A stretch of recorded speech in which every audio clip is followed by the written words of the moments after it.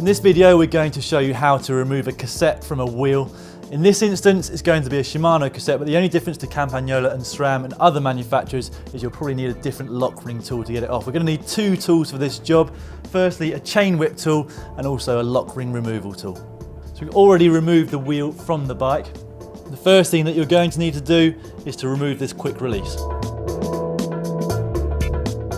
When you remove the quick release, make sure that you don't lose these two small springs which are on either side.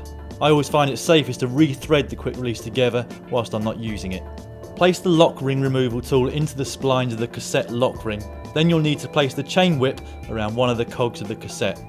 It's preferable to use a cog around the middle of the cassette. The purpose of the chain whip is to prevent the cassette from turning on the freewheel as you unscrew the lock ring. There are a couple of reasons to replace your cassette. Firstly, if it's old and worn out, it will need replacing. Alternatively, if you live in a flat place and you're about to go and ride somewhere hilly, you might want to change the cassette for one with a wider ratio to provide you with some easier gears for the climbs. When you come to replace your cassette, you'll notice that on the inside of it there are a number of spline teeth. One of these is wider than all of the others. Similarly, on the cassette body, one of the splines is bigger than all the rest. To replace the cassette, you'll need to marry the wide part of the cassette up with the same part of the free hub body. Because of this spline, it's hard to get the fitting of a cassette wrong. However, one thing to remember is that some of the cogs may well have spaces in between them. Usually the first few cogs are fixed together and the next few cogs are individual with a spacer to go between them. The final couple of cogs have their own built-in spacer. The individual spacers are splined differently to the cogs, so it doesn't matter so much which way they go on the free hub body. Some variations of free hub and cassette may require a spacer to go on before the cassette.